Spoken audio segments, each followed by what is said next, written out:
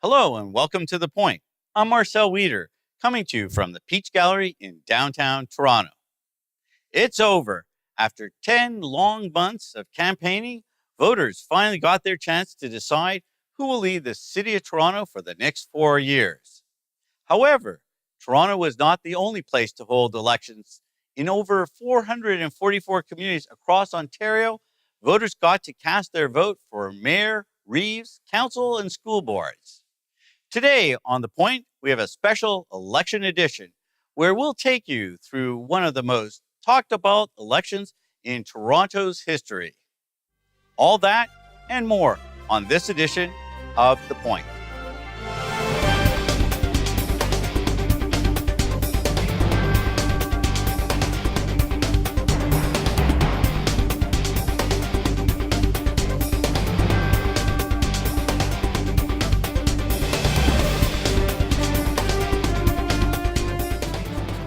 After a grueling campaign, it was third time lucky for John Tory as he was elected as the next mayor of the City of Toronto. Tory won by over 40% of the vote, followed closely behind by Doug Ford and then Olivia Chow. In his acceptance speech, Tory promised to end the division that has paralyzed City Hall and move the city forward. In Ward 2, former Mayor Rob Ford won his council seat after returning from another round of chemotherapy treatment.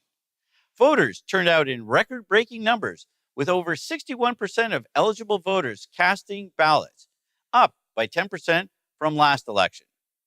Joining me today to talk about the election campaign and what comes next at City Hall are panelists John Mykytyshyn and Sheila White. John Mykytyshyn is the president of the Bradgate Research Group. He's a well-known political consultant and strategist. Sheila White is the president of Words, Media, and Communications, Inc., and a former aide to Mayor Mel Lastman. So Monday's election, John Tory, third time lucky. How do you think he won the election? Sheila? I think he kept his message simple, and he had one idea that he drove down those rails, his Smart Track program, and I think the voters, with their concerns about congestion and traffic and transit, wanted an answer to that most of all. And he built a broader base than had previously been enjoyed by Rob Ford. So he's actually succeeded in crossing some of the divisive lines that had been built up over the Ford years. John? His name wasn't Ford or Chow. I think it really was, as great a guy as John is, for all the great policy he has, at the end of the day, this election, like most elections, begins with a referendum on the incumbent. And even with the change in Ford Brothers, the reality is that John Tory won that referendum, as did the city, in saying no to the reign of the Fords. But the reality is, John was next on the ballot. He was the only logical person by election day that would be an alternative, and that's the reason he won. It seems that Tory's win with only 6% over Doug Ford really wasn't a huge mandate that he goes into City Hall with. It's enough of a mandate, but it isn't a striking one. In looking at the way the votes were cast, it seems that Ford won Etobicoke and Scarborough. Chow won the beaches, Danforth area, High Park, and Tory seemed to come right up the middle. If you follow Yonge Street, on either side of Yonge Street, that center core, home to Mel Lastman, and really it seems, in my opinion, that North York was the deciding factor. How do you see the election, how it broke out? Well, as I said, he had broader support than the other candidates. Across the map of the Toronto area, he was picking up support all over the place. So they were tactically very smart to focus their energies on a pocket of voters that may have not come out before. Now, John made a point that his name wasn't Ford and his name wasn't Chow. Do you think that that played a significant factor in his win? Well, in my predictions, I had said we're going to have a mayor who's a four-letter word, but it won't be the F word. And I think that's pretty well come to pass. Listen, I think John was the sentimental favorite going in. People knew he was tricked in the last campaign into not running for mayor. He was tricked by the Fords. Prior to that, he ran against David Miller and ran a really credible campaign, got the same amount of votes, I think, that Olivia Chow did this time.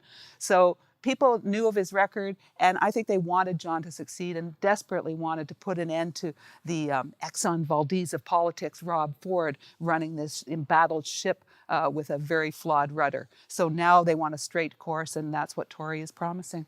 John, in this campaign, John Tory had a lot of star power, a lot of high-profile endorsements, everything from former mayors to provincial cabinet ministers. What impact do you think that had on the campaign? I'm going to give John a lot of credit and say not much. It's nice to have, but if he'd won by 20 or 30%, then I'd say they had a lot of impact. But not that I would agree with Sheila's very explicit and delightful characterization of the Fords, which I don't hold to. The reality is, if that's what they are, and John Tory got 6% more, then wow, really? Only 6% more? Now, I think part of the numbers are, part of the truth is in the turnout, right? There were tens of thousands of people who were motivated to vote this time that didn't vote last time. It was a repudiation of the circus. I think the circus was soundly defeated. So I don't think that, which came first? Was it the endorsements or John Tory was going to win? And I think the reality there is John Tory was going to win for a very long time now. All these endorsements are nice. No one ever says no to an endorsement. Often they can make a difference. Certainly in other jurisdictions, we've seen them make a huge difference. But in the case of Toronto, I'd say John Tory is the one who won the election, that Rob Ford is the one who lost the election, and everybody's still wondering what happened to Olivia Chow. So picking up on that, what did happen to Olivia Chow? Don't know. And again, in the world of oversimplifications, I mean, there is the map makers, and I'm certainly the first person to be appreciative of them the morning after the election. It's nice to see these color-coded things, but all three of the major candidates got a large number of votes in all parts of the city of Toronto. Some got more than others.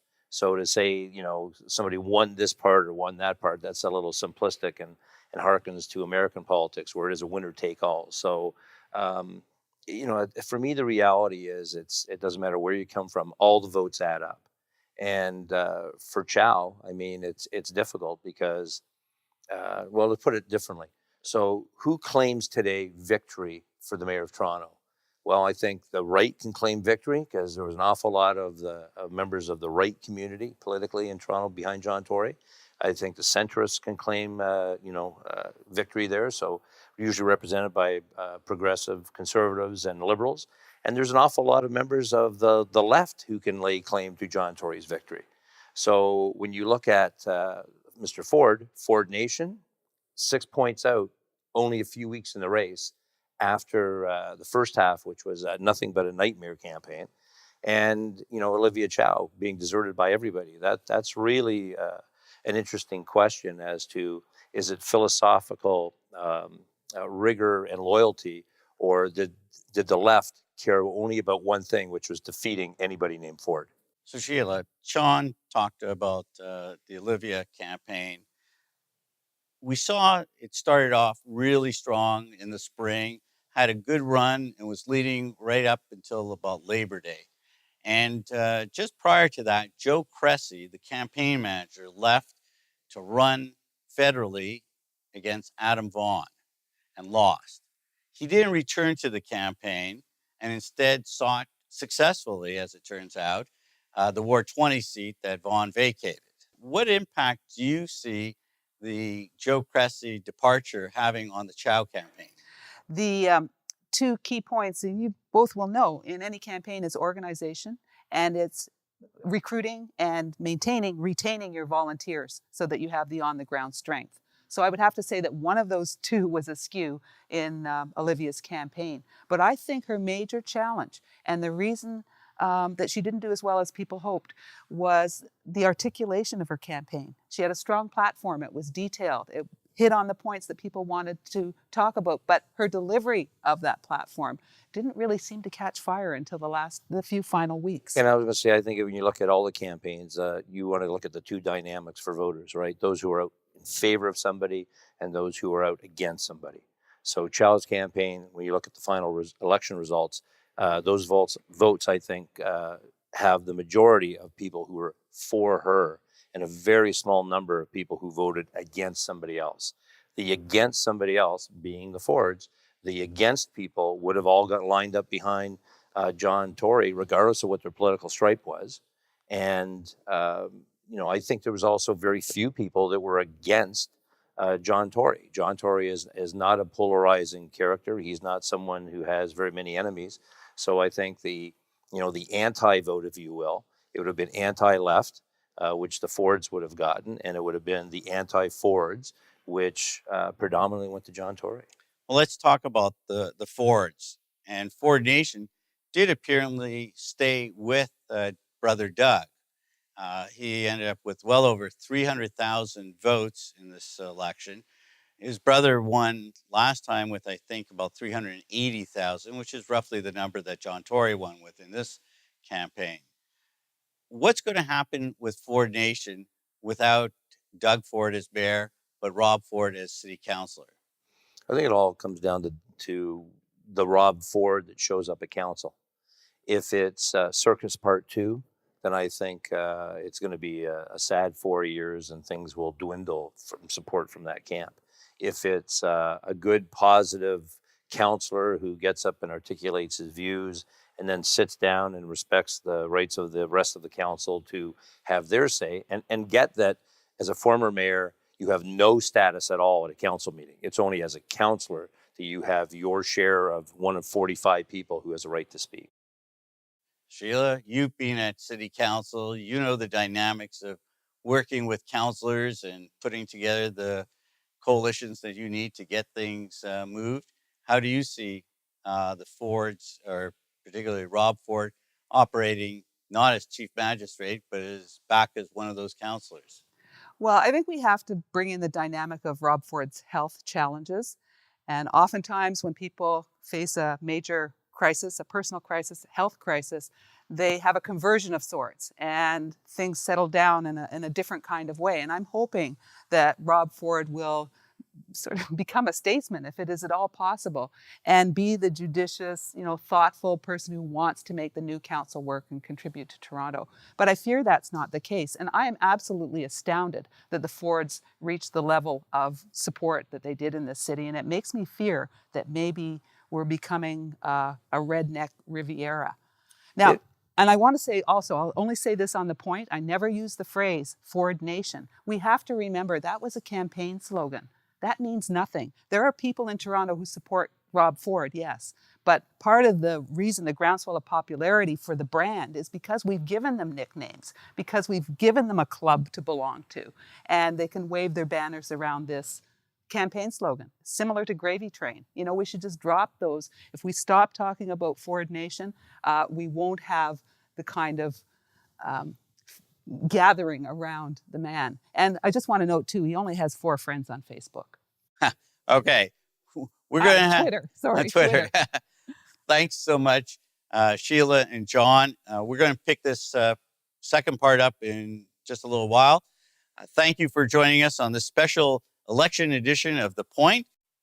Up next on The Point, we continue our election coverage with John Mykytyshyn and Sheila White with some of the implications of the election, as well as some of the races outside of the city of Toronto.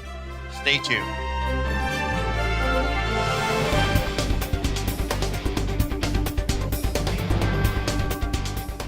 Welcome back to The Point.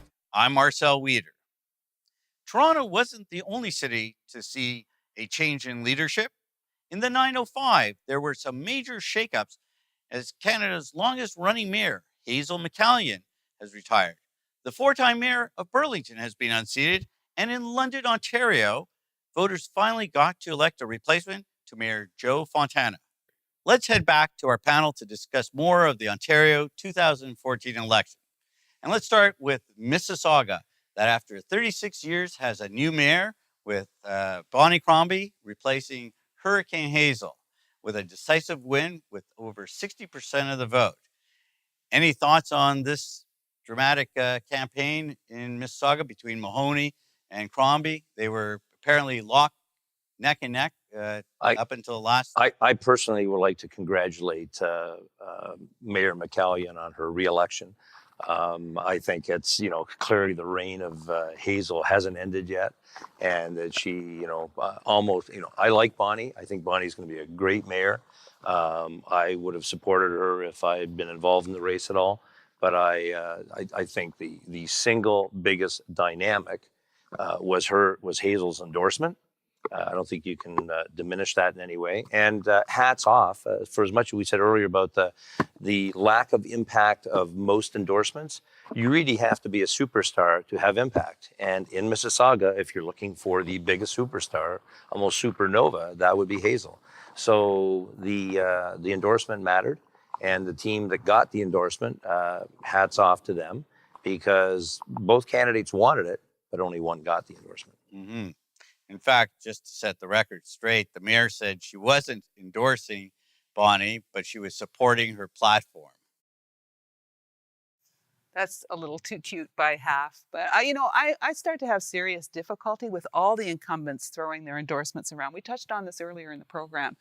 It's really not fair to newcomers. It's not fair to the first timers who are getting in the game to have incumbents throw their considerable weight behind another incumbent. It just weights the scale, and it's sort of defeating to getting new people into politics.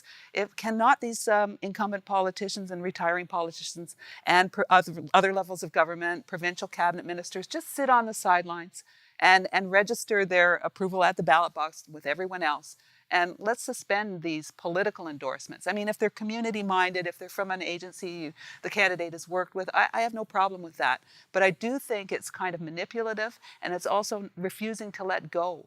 And it's far past time for Hazel to let go of this mayor's job that she's done. I think she overstayed her welcome. Not her welcome, but I certainly think she pushed her best before date well past its due date. Interesting to note that Mahoney had the bulk, or he claimed he had the bulk of council's endorsements, and he had a number of provincial politicians and federal politicians. He had Brad Butts federally supporting him. He had Harinder Thakkar provincially supporting him. And certainly all the major unions in Mississauga lined up behind him. Yes. Yeah, so if you look at the unions in Mississauga, so that was good to see. It's one perspective. Let's look next door to Mississauga in Peel and the city of Brampton. Mayor Susan Fennell, who was under a cloud for inappropriate spending, shall we say, was defeated, and she came in third. New mayor is Linda Jeffrey, a former Liberal cabinet minister and confidant of Premier Wynne. What do you think of that campaign? I think it was a bad night for corruption.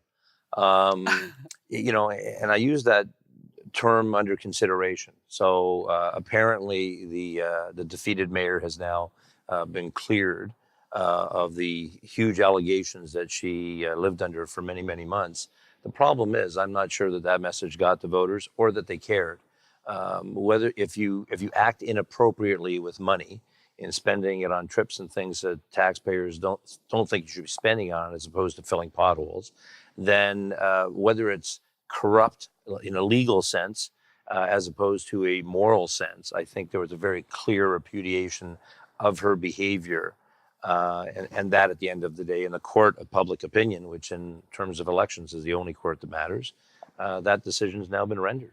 Is that a signal to other levels of government if those politicians are seen as inappropriately spending, that they'll be held to account?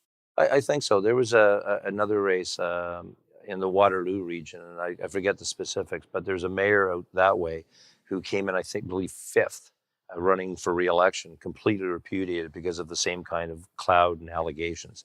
So I think voters, if they're given and one can make the same argument that there was an impact in the Toronto race in the same way.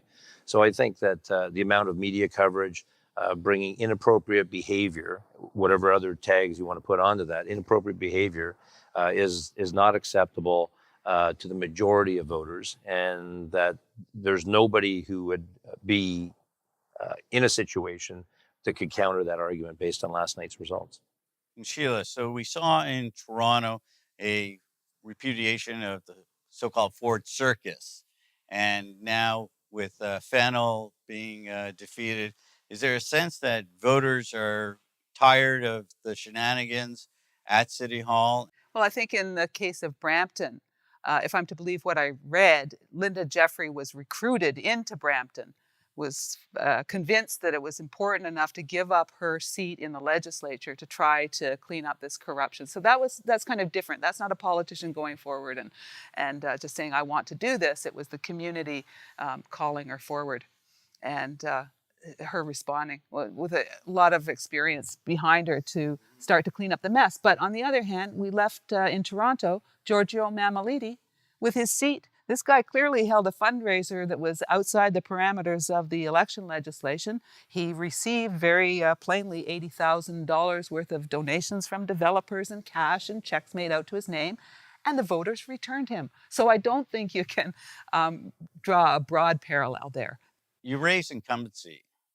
And in this election, if I understand the statistics, 36 out of 37 incumbents were reelected. There were 6 open seats, and one incumbent was defeated. John Parker was defeated, the only one in Toronto that lost. And then really across Ontario, something like 90% plus of incumbents get reelected. What impact do you think? Do you think it may be time for term limits at City Council? You talked about giving newcomers and new candidates an opportunity. Are we time to see that? I think there's things we can do to control incumbent advantage that don't involve term limits. I'm not actually opposed to term limits, but what if you have a really good counselor who's getting great stuff done and right in the middle of a project and boom, you have to leave? You know, I'm not sure term limits, the best term limit is vote somebody out of office. And if we can just get people to vote for who they believe in and what they believe in instead of being tricked into placing their vote with a candidate they don't really want. If we could just have pure democracy in that kind of vote, I think the outcomes would always be exactly as they should be. Well, there's talk the other day that the Minister of Municipal Affairs and Housing, Ted McMeekin, was prepared to entertain A, limiting the campaign period, and B, is entertaining the idea of a preferential ballot. Yeah, absolutely the wrong way to go, just like the Liberal idea for a 4-year term was the wrong way to go. If you want to have more newcomers in politics and you want to neutralize the incumbent advantage. So some of the things they could do, they may seem small to people out there, but how about not using the word re-elect on your sign? You know, how about everybody's just even and you can use the word elect, but you can't use re-elect because that implies incumbency and that already cements some kind of advantage. Then there's the publications that they put out on taxpayers' dollar and how their names are used in the public eye. I've seen councillors with names on developers' signs in about 500-point type. You couldn't miss it. Now that's free advertising. In the legislature, at the provincial level, they have a standard of communications where everybody's flyers look the same. You can't be partisan. There's all kinds of rules, and it's vetted. And I think we need some kind of way that when councillors use their budgets, they're used to provide information to the city in a more generic way. There hasn't been a serious overhaul or examination of the Municipal Election Act in decades. And I think we're well past that time. Frankly, I agree with you, for example, on terms. I think 4 years is too long for municipal government. 2 years was kind of short. So I think, they had to look at going to 3 years. I'm not a fan of preferential ballots because I think what they do is when you start, I think it's a bastardization of the process of trying to get to a pure vote. No matter how many people you add up, their second, third, and fourth preferences to get to the 50% magic number on a 35% turnout is going to be meaningless. The first past the post system, people understand that. It seems to work. So I don't think there's a problem with the process as much as there is some substantive issues that Sheila's raised. I'll give you another one is signs. In a municipal election, where unless you're a large name, let's be clear, the 3 major candidates for mayor in Toronto were very big names, as were the candidates, frankly, for most mayors in most cities. at the council levels and at lower levels, it's very difficult to get your name out there. The spending limits are very small. The ability for people to communicate in this day and age is very, very difficult. And many jurisdictions limit either the length of time something as simple as a lawn sign can be up, or where they can be put up. And the rules are very, very different on these arcane things, but it makes a big difference in a race whether or not you can get your name out. So in a jurisdiction such as, I'm thinking Oakville, where they allow signs to be put on regional land, so on city land. And the same thing in Waterloo, they're allowed to put on regional land, as opposed to something like Hamilton, where the only place you can put a sign is on private property. Well, anti-litter groups would be in favor of that, but the reality is, how are you supposed to communicate? And if we think about what democracy is, it's not just counting the votes, fairly and equally and properly, but it's also the entire campaign period, which means how can I effectively, what will require me as a candidate to communicate to people such that they have an ability to make a decision on whether or not I'm a worthy candidate, versus the incumbent's always going to win. So with the short time we have remaining, let's touch on a couple of other quick races and the impacts. And I'd like to get a take on both what impact it's going to have both provincially and federally. In the GTA, we have Liberal mayors in Mississauga, in Brampton, in Vaughan, in Markham, and in Pickering. So the whole ring of GTA mayors are Liberal, and one could argue that John Tory could be seen almost as a Liberal. How is that going to impact on dealing at Queen's Park, and certainly how is it going to impact federally? Well, there's not going to be any problem at all, really, because both municipalities and the provincial government are going to be in favor of raising everybody's taxes as much as they can bear, and it's going to be fascinating to see them do that. Sheila? Yeah, I think this could be an absolute love-in until they're told there's no money, because every municipality is going after those two levels of government for money and revenue sources. And so we'll see. Now, one positive development perhaps would be if Toronto again joined the fold of the Association of Municipalities of Ontario. I think they withdrew from that in the Miller years. But they need to start working as cities and as the region and as across the whole province, and show some synchronicity in their requests for funding of these other levels of government. And on the federal side, is this a warning to Stephen Harper? The fact is that a lot of federal Tories came through the municipal ranks before they went up to Ottawa. And so with a lot of Liberals now in key ridings across the GTA, is that going to have an impact on how the city is going to be seen with the federal government? I'd probably throw this question to John, because you have the Ford factor in there now. You have those 330,000 people who said they were right-wing conservatives living in our city. Maybe that could be a good omen for Stephen Harper. I don't know. It's going to be an interesting year ahead. I mean, the federal election is going to have all sorts of twists and turns on its own. So I don't think, in a sense of how you rebuild the party or how you recruit people for the future, I think there's an impact, because clearly future versions of the Conservative Party, I mean, it's got 75 members in Ontario currently. They're not looking for candidates left and right. But it has an impact down the road when, as you said, people came from those ranks and they're not currently. But I think, the system has a way, democracy has a way of correcting itself, of, swinging one way and then swinging another. And there's also balance in the system. So a different perspective would be to go along more historical lines, is with that much representation, both municipally and provincially with the Liberal Party, that Ontario is almost destined to vote Conservative in the next year's election, just for balance. Sheila, John, thank you for setting it up, because now we have another topic for another show to talk about the 2015 federal election. My guests, Sheila White and John Mykytyshyn, will be back with a closing thought.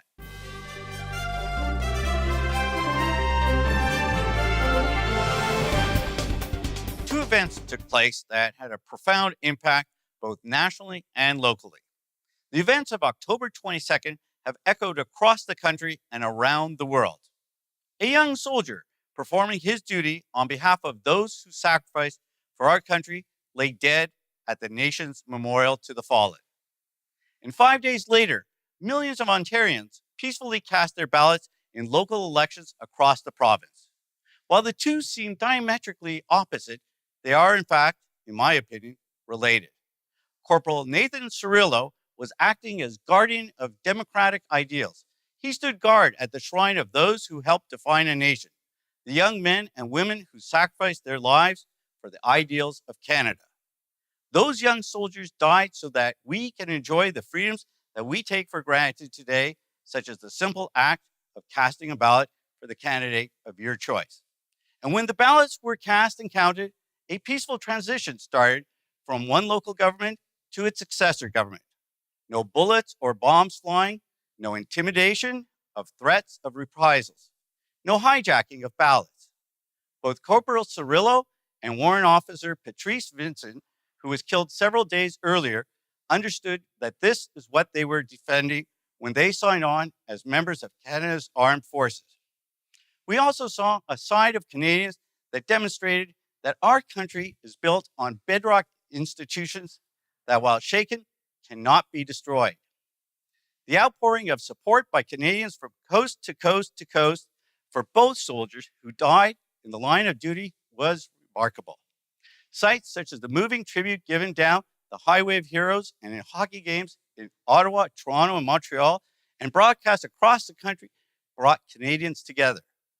But something else was how we reacted to the shocking events of the 22nd. We did not lash out at our fellow citizens who practice a different religion. We did not lay blame on any one group. We did not seek vengeance. Instead, we honored those that gave the last full measure of service to our country by reaffirming our faith in democracy, in our institutions, and in ourselves. And that's the point.